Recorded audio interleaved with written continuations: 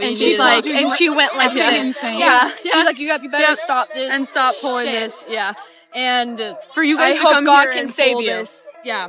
She said for you to come here and pull this shit. Yeah. She said the word. Yeah. Did she say effing insane or the fucking No, insane? she said the word. Yeah. And nobody around you spoke up for you. No. No. I will say, Annalie, when I came over, you were in tears. Yeah, I've never been yelled at like that. I mean, I've had people hate on me on the internet, but like it doesn't really affect me because it's just people online. But that just took me by surprise because I thought she was gonna be nice, and then she starts like screaming at us. Wanna come in? A teenage girl brought a sign to a WNBA game. It did not attack anyone or call out any player by name. It simply thanked Sophie Cunningham for speaking up for girls in sports.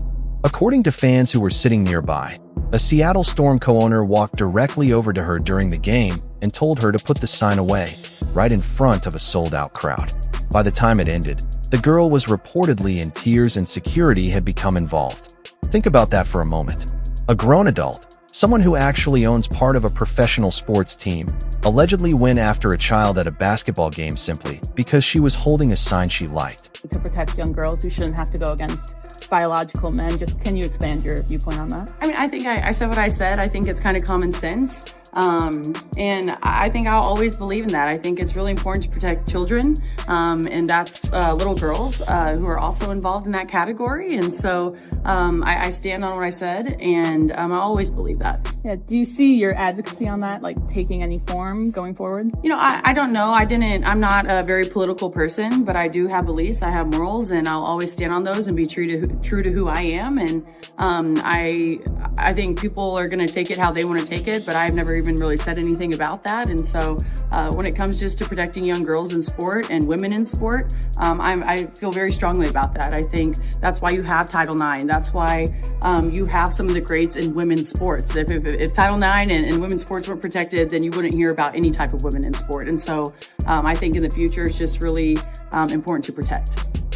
Do you think, I guess, along the line, like that it goes against perhaps, some people might say, hey, for the trans community, this could be something that could come back on us or be targeted against us. Like, how do you, I guess, view that sort of critique? You know, like I said, I extend love, and I don't dislike anyone. Like, I think there is room for absolutely everyone here, and I think there's room to love everyone. Weeks earlier, Sophie Cunningham appeared in an ESPN feature and was asked directly about protecting women's sports. She did not avoid the question or try to make her answer sound safer.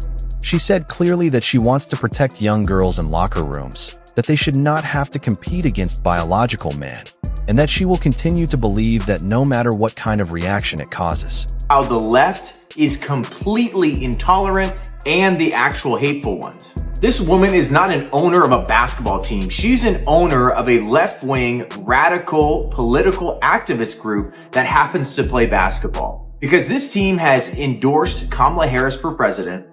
They have promoted trans rights on their website and their merchandise. And clearly they hold a double standard and allow people to hold signs like this, but belittle young girls that support their sports remaining female.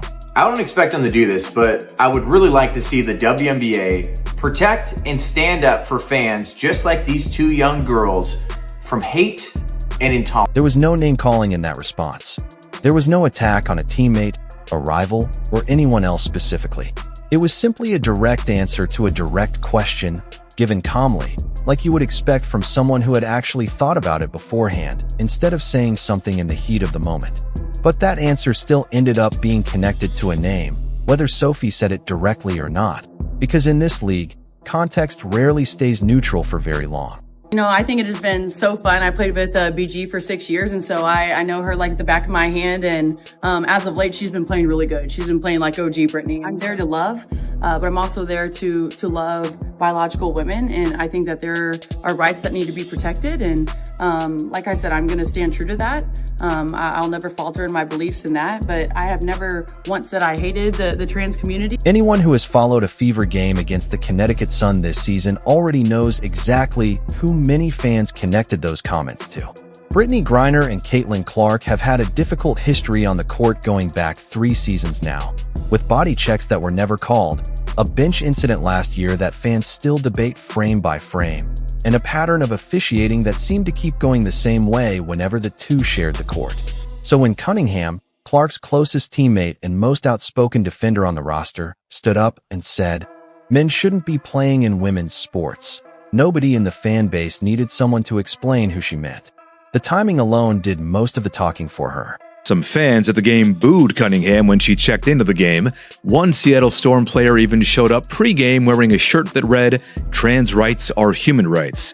After the game, Storm coach Sonia Rahman was asked about the situation. Seattle and this organization and Climate Pledge, we always want to be an area where people feel welcome coming into this building. I think we've always done a really good job with that. So I know our organization was, working closely with Climate Pledge and with security to just make sure that, everybody feels safe and included and welcome when they walk in this door. Brittney Griner has never directly addressed the idea that Cunningham's comments were aimed specifically at her.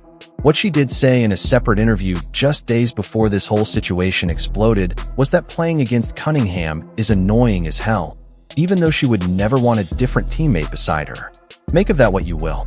But once Cunningham's comments actually reached the internet, the reaction was anything but small, and it certainly did not stay quiet for long. Sophie Cunningham, a female athlete herself, very accomplished in her own right, coming forth and speaking that truth that men shouldn't play in women's sports. We want to protect women and girls, and the backlash she is receiving from Democrats and left-wing figures across the country is a... Within roughly 48 hours, the story was everywhere. USA Today picked it up. ESPN discussed it across multiple shows the following morning. Fox News even gave it a full national segment of its own.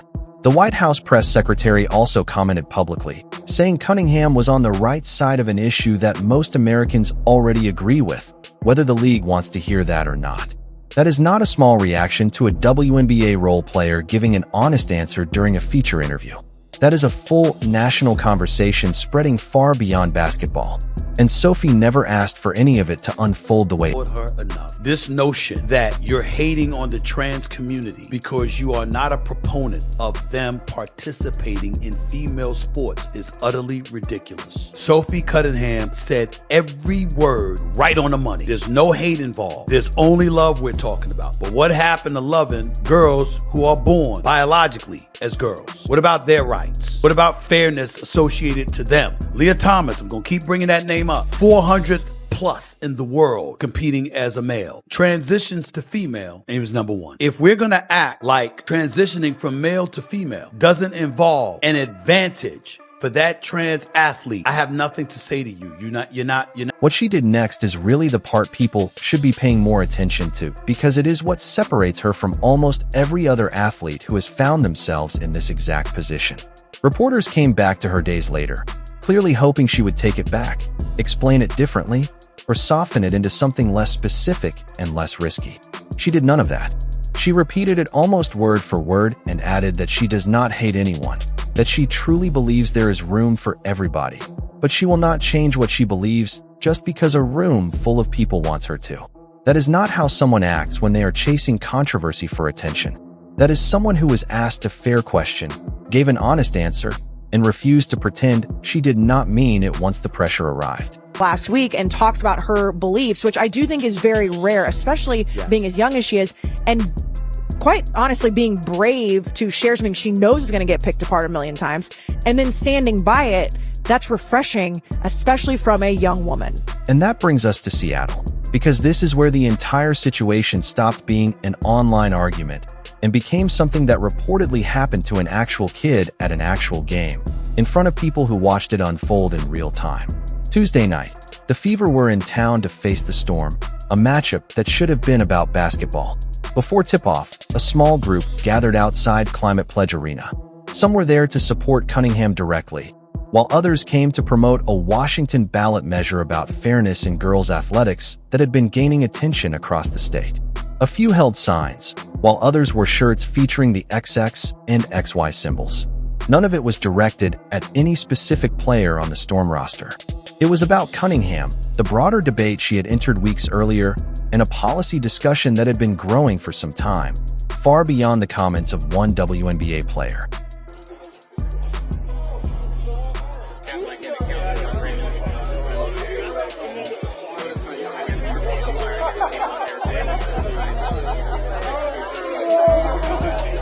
She's covering your sign.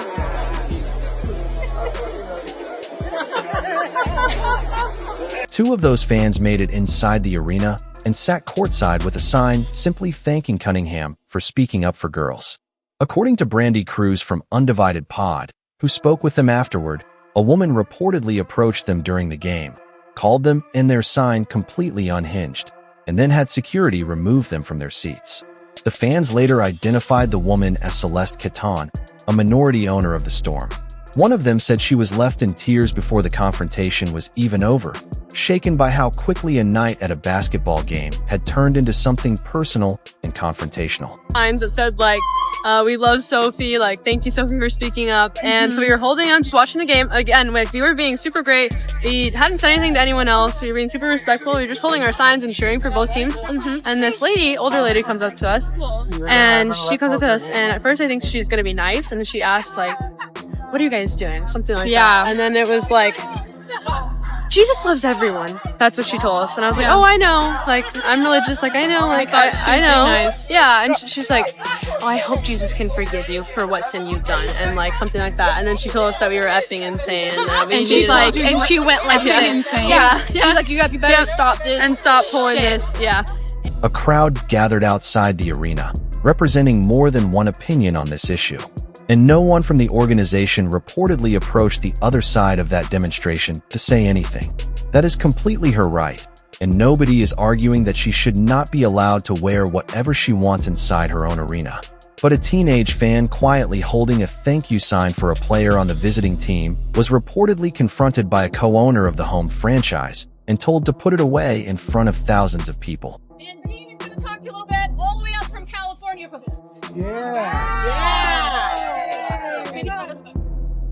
We are winning our wheel. I had this crazy idea on Thursday that I wanted to support Sophie. We've gone all around California supporting female athletes, and I just said, we can go to Seattle and we can support female athletes.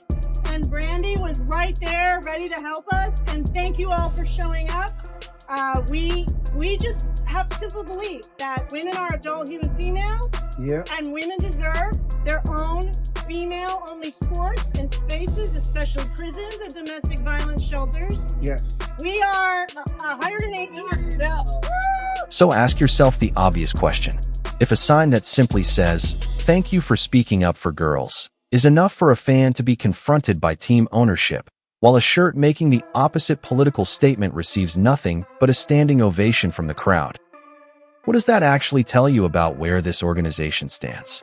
It is not because the sign was rude, because it was not. It is not because it named or targeted anyone on the Storm roster, because it did not. The only thing that sign did was support Sophie Cunningham. Majority owner Jenny Gilder released a statement admitting that a co-owner had made comments to two fans and apologized, saying, "Everyone who attends a Storm game deserves to feel welcome regardless of what they believe." But notice what that statement carefully avoided. It did not name Caton directly. It did not explain exactly what was said to the fans at the time. And it never addressed why a co-owner felt entitled to confront paying customers over a sign in the first place, or whether there would be any real accountability beyond a carefully written press release. It sounded exactly like the kind of statement designed to make an uncomfortable story quietly disappear, rather than one meant to genuinely answer for what happened that night. I apologize for the way I look. I literally just left CrossFit, don't have any recording material here, but breaking news, Storm co-owner Celeste Caton was fined and suspended from attending the next 5 home games of the Seattle Storm, following the incident with Fever fans last night, in which she made a comment about one of their players' supporters. That came directly from the league. So that's the latest on this developing story. So there it is. There it is. And that is really the heart of this entire situation once you cut through all the noise surrounding it. Sophie Cunningham did nothing to deserve any of this. She answered a question honestly, stood by her words when the pressure came at her twice, and then had to watch a teenage fan be treated like a threat simply for publicly agreeing with her. Nobody should be yelled at by a team owner over a shirt or sign at a basketball game. Period. No matter which side of the debate someone supports. The fact that this reportedly happened only to fans supporting Cunningham tells you almost everything about how one-sided the tolerance can be in certain rooms around this league. Sophie Cunningham, who's willing to stand 10 toes down, and Sophie Cunningham was quoted as saying, "I want to protect young girls in a locker room or young girls in sports who shouldn't have to go against biological men." Megan Rapinoe's such a fucking bird. Like, she's such a fucking bird. Biological men should not be playing in sports with biological men, period. End of discussion. It shouldn't be controversial. It shouldn't be a cause for debate. It shouldn't be labeled transphobia because you don't want to have to compete with people who were born biological men and have biological advantages that women will never have and never be able to have for the rest of their life. I always ask the question, why do we never see like biological women transitioning to be men and playing in men's sports? Why? Why don't we ever see that? Why is it always biological men transitioning to women and coming over to play with women? This also did not happen in a vacuum, which is part of why the story has spread so quickly. It came about a week after another WNBA player was quietly benched and saw her minutes suddenly reduced after her own comments about protecting women's sports began making headlines across the league. A vague statement here, a quiet rotation change there. Nothing official, nothing that would stand up to serious scrutiny if you look too closely. Just enough pressure being applied quietly so everyone else watching around the league gets the message without anyone ever having to say it out loud in the locker room. People live. Nobody has a problem with trans people and what they do on their own time. It's just in regards to what Sophie said is when it comes to sports.